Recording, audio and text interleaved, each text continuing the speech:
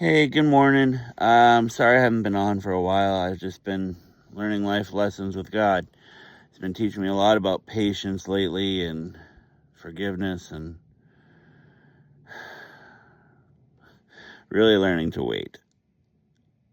And I told a story about Joseph and how he waited and waited, and God had to bring him to a certain point to be changed, to be prepared for what was coming next in his life.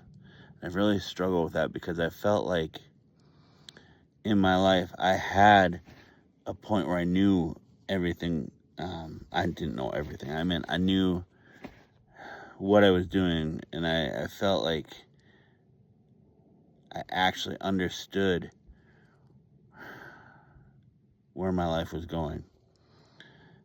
And God just wrecked me. I believe for a time, He's pulled the ministry away from me. Um, we've had a few obstacles of different things in our lives as my family and I. Personally, I've dealt with a lot of hurt and frustration and identity. And it's just been a time of struggle. That was last year.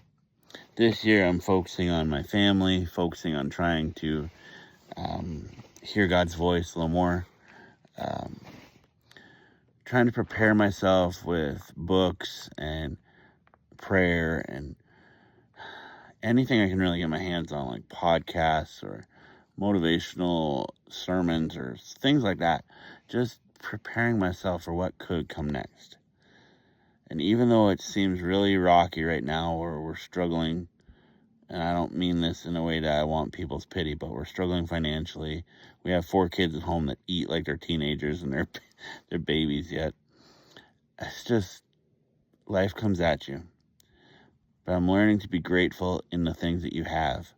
God has never let us down we've never been without a house or a roof over our head.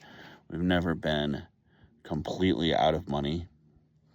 We've never had our kids be sick or dead. That was kind of bleak, sorry. But God is working in our lives still. And it's evident in the small things. And I think, if I think about it, that is what He's teaching me, is to look at the small things, not always the big picture. Because I've always been a big picture type of person. I worry about the small details as they come, but the big picture is what I usually see. But now I'm beginning to see His workings in the small things, not just in the big things. So here's your encouragement. Here's where all that led to. See God in the small things. Don't always look for Him in the big things. Look for Him in the small wins in your life. May God bless you.